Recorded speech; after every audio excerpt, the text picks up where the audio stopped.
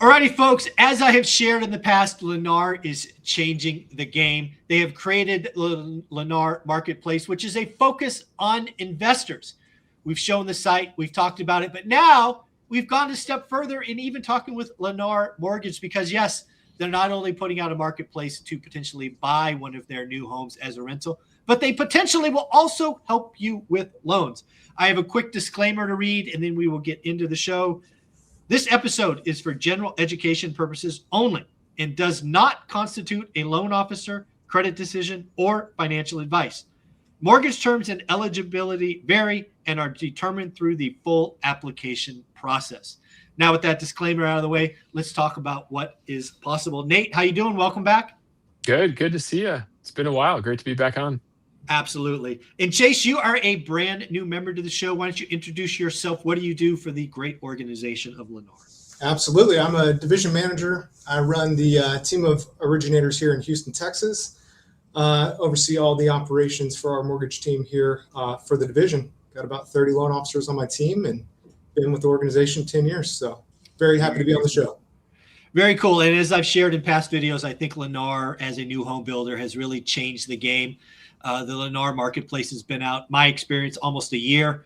And again, it's really servicing a need because for a long time, all the national home builders have been focused on just building homes for mom and dad to buy as owner-occ. But now there is the option for investors, one that I am looking at in Vegas to potentially 1031 out of old 100-year-old stock and get into some new stuff. I'm not getting any younger, and I think I would love to have some new inventory. Nate, how's it going?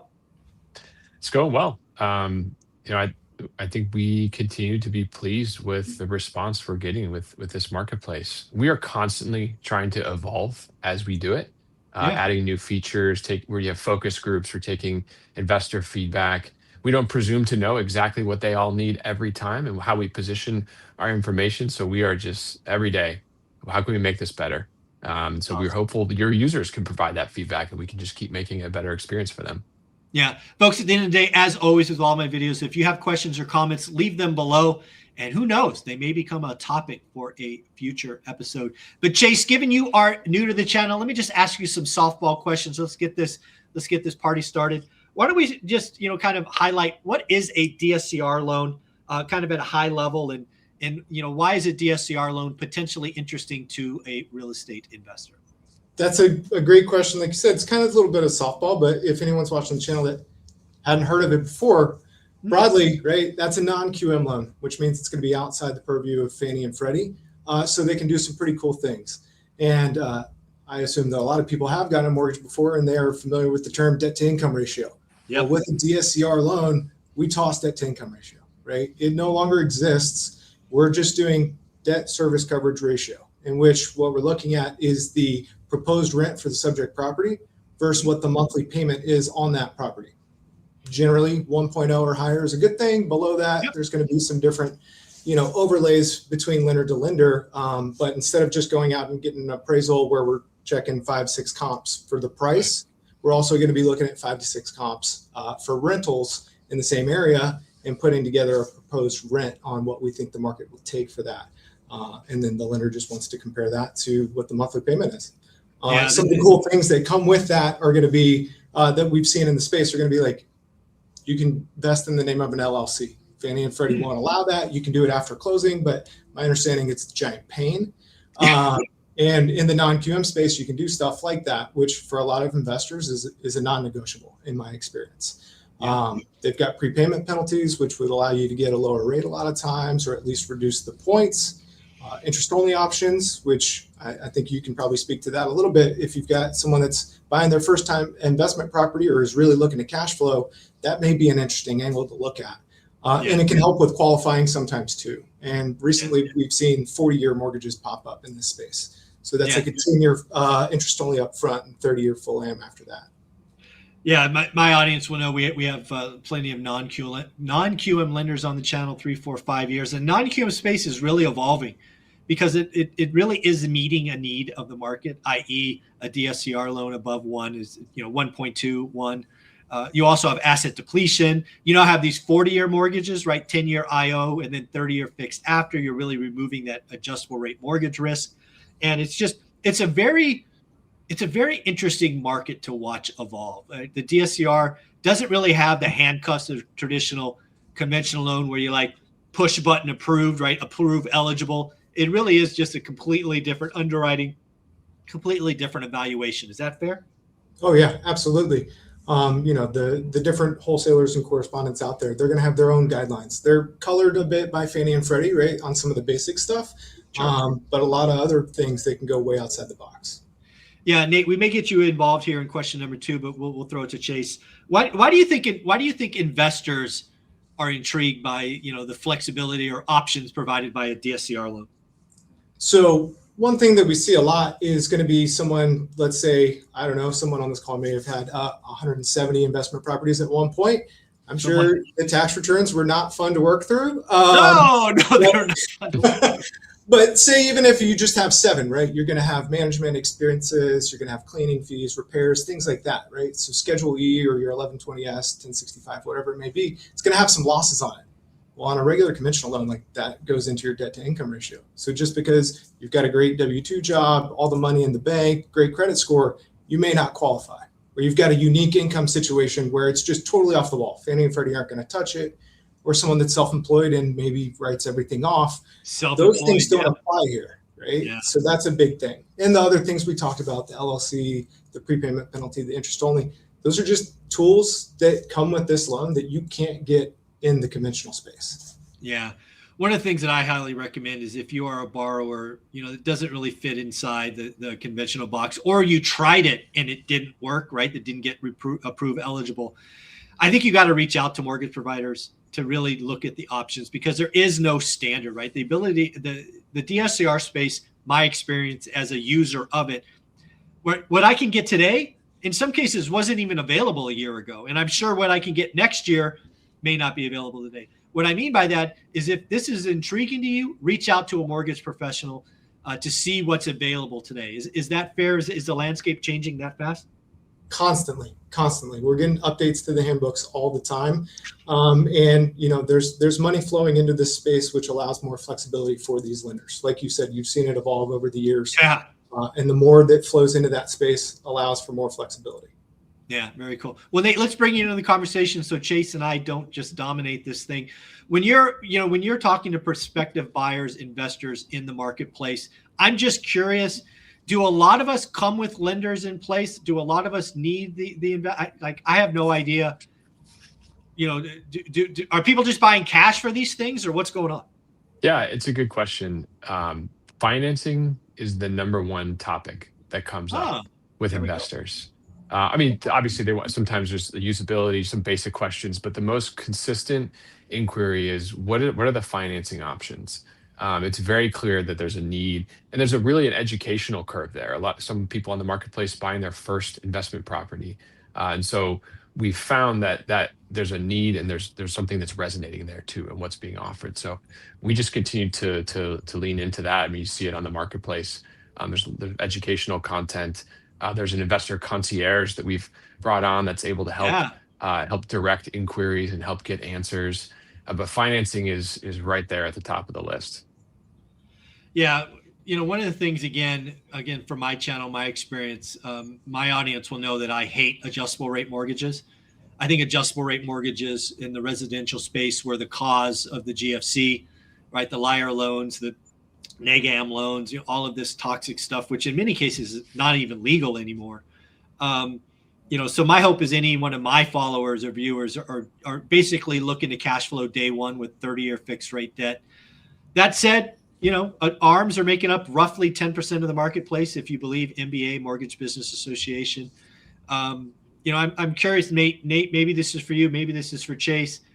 Do people even talk about ARMs anymore, or does everybody get it? Is like everybody's like, set it, forget it, I don't want to deal with ARMs. Do you guys have any experience in that? I can speak to it and then I can pass it to Nathan. But in my experience, we're seeing that trend line that you're referencing for sure. It is coming up more and more because rates have been sticky, right? And when rates are sticky, everybody's looking for some little way to get some improvement, right? I read an article that you wrote a while back, and if it's sticky, then it's just limiting what is out there in the marketplace that people are willing to find. And so if you can get a rate that's 0.5% or 0.75% or 1% lower, people are willing to take the additional risk. And a lot of ARMs nowadays have, like you referenced, like they've got the guardrails on them. Yes, much better. Yes, they have caps and they have, they're underwritten completely different. Yeah. Yes. No more teaser rates and all that nonsense. So yeah, much better product, more guardrails. Again, we're talking generally here, folks. This is educational purposes. I still hate them. I mean, let's just be honest. I'm not going to change my tune just because we're having this conversation. I hate ARMs. I think they're extremely risky. One of my worst days was a 5-year ARM I had that I had to go back to the lender and say, hey, we need 5 more years. Scariest day of my life. So again, ARMs, I love set it, forget it. You know what, folks? If it doesn't work with 30-year fixed rate debt, move on or buy it cheaper. There's another level you could pull. Just buy it cheaper. So that the rate difference, because again, 30-year fix will be, in many cases, in my experience, more expensive than an ARM. But yeah, it's pretty interesting. In your experience, what surprises investors the most, Chase, when they're starting down this conversation? I think a lot of people, mortgage, typically, unless you're a serial investor, right? People are doing this every 5 to 7 years. And if you're getting into the space for the first time, it is not something that you do day in and day out, right? So it sounds like it's this big, scary thing. Yeah. And if you're doing a regular conventional loan, 30-year fixed, right, through Fannie and Freddie, it's basically the same loan as you get for your primary. Now, there's some overlays, right? There's going to be some additional reserves requirements, additional down payment requirements. There's going to be some contribution limits from the seller. But outside of that, it's a slightly higher risk for the AUS engine. But it's basically the same. And I think a lot of people come into it thinking that we've got a whole nother 4,000 page, book worth of guidelines. And it's not. It's very similar to what you're going to see if you're buying a primary residence. And I think that actually surprises a lot of people. Yeah. So, again, this is my experience, education only. In my experience, conventional loans typically are 30 to 40 days. Kind of if the engine's working properly and you have your documentation in hand and ready. It always takes longer if you're a complete mess, right? You don't have your taxes or all of that stuff. But conventional takes more time. I have seen personally DSCR loans done in less than 14 days because again, it's a different machine, a different mechanism. Chase, I don't know if that's been your experience as well, but I have seen, not always, but DSCR can be quicker in the right situations. Yeah, it just depends on who it's being sent to and what volume they're working with. Of course. In my experience, the biggest limiter is going to be how fast can you get that appraisal back, because that's you're kind of stuck at square one until you know what the ratio is going to be. So if it takes 10 days to get that appraisal back from the time of purchase, then that's where we hit go. Whereas if you get it back in 2 or 3 days, it can go very fast. Yeah. Well, let's kind of close on this topic because I don't know that I've actually had this particular question with all my lenders that are on the channel, but let's throw this to you, Chase, and then Nathan, we'll go back to you to get your thoughts as well. For an investor who's starting to think about financing their next property, what kind of questions do you think they should be ready to think through before they sit down with a guy like you, Chase? What do you want them thinking about? I mean, I think the biggest issue that I see in my space, again, this is for educational purposes, is going to be assets. Make sure that your assets are squared away, because it's not just, do I have enough for the down payment? If you're looking at a DSCR and the ratio comes in low, you may be required to put a little bit more down. So do you have some flex room in that? And then also it's going to require reserves. If you've got 10 investment properties, you're going to need a significant amount more reserves. And I think a lot of people walk in saying, hey, I know my debt to income ratio is good. I know my credit's good. And there's 4 legs to the stool of lending, and a lot of people forget about the asset part because they think I've got my down payment. So I think making sure that that's squared away is a big one. And then what are your financial goals, right? That's what your loan officer is there to talk through with you on these DSCRs, these ARMs, these fixed, all the different options. But at the end of the day, we can only do so much on educating with that if you don't know what your goal is. Are you looking to flip this thing? Are you looking to build a portfolio that you're going to hold for 30 years? Those things are not things to ask your LO to make that decision for you. You've got to know what that goal is before you come talk to us. Have a plan, people. Have a plan. Exactly. But I think there's a lot bigger financial implications, right? A 30-year fix. it's going to be pretty vanilla, and that is what it is. But there's other financial implications that come with that I think Nathan can talk to outside of the actual mortgage side of things.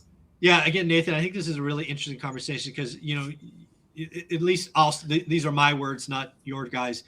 Investors like talking about a deal, right? That's the fun, right? Talking about the deal, the rate of return, all of that stuff.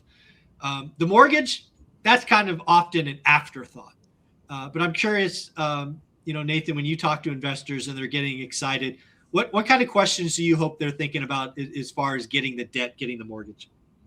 So I think outside of the stuff Chase mentioned, it's really just getting your ducks in a row on the property itself, just having conviction about what's your NOI going to be.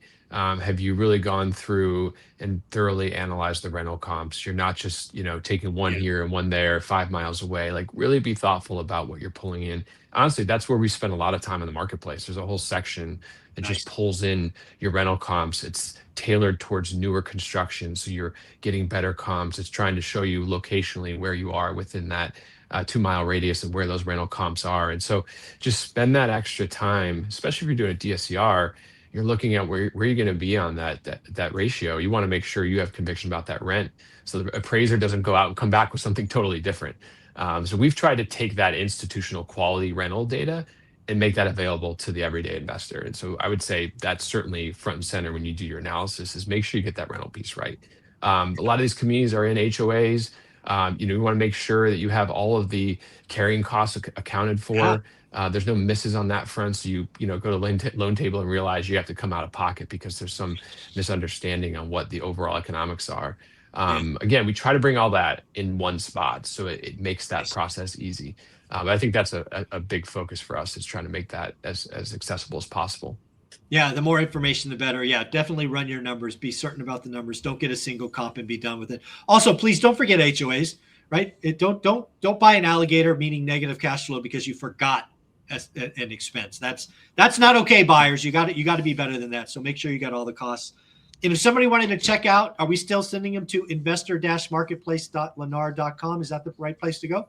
Yep, that's the right place to go. And as I said earlier, there's a lot of updates coming. You'll have a pop-up when you go to the site to sign up. I really recommend it so you can just see what's coming up. There's a lot of new features, some new programs we're going to be releasing. Great. Yeah, I signed up. I'm looking, dude, in Henderson in Vegas, looking at 1031 out of a 100-year-old house into something brand new. So I'm one of the people perusing the site. So I appreciate these discussions because it tells me where to look. Great. Yep. Chase, closing thoughts. I'm glad for the opportunity to be here. I'm glad for Nathan for inviting me on as well. And I hope that this has been somewhat educational for your listeners. And if there's any questions, drop them in the chat and we'll be happy to answer them. Very cool, guys. Well, thank you for being here. Have a great day. Have a great week. Thanks.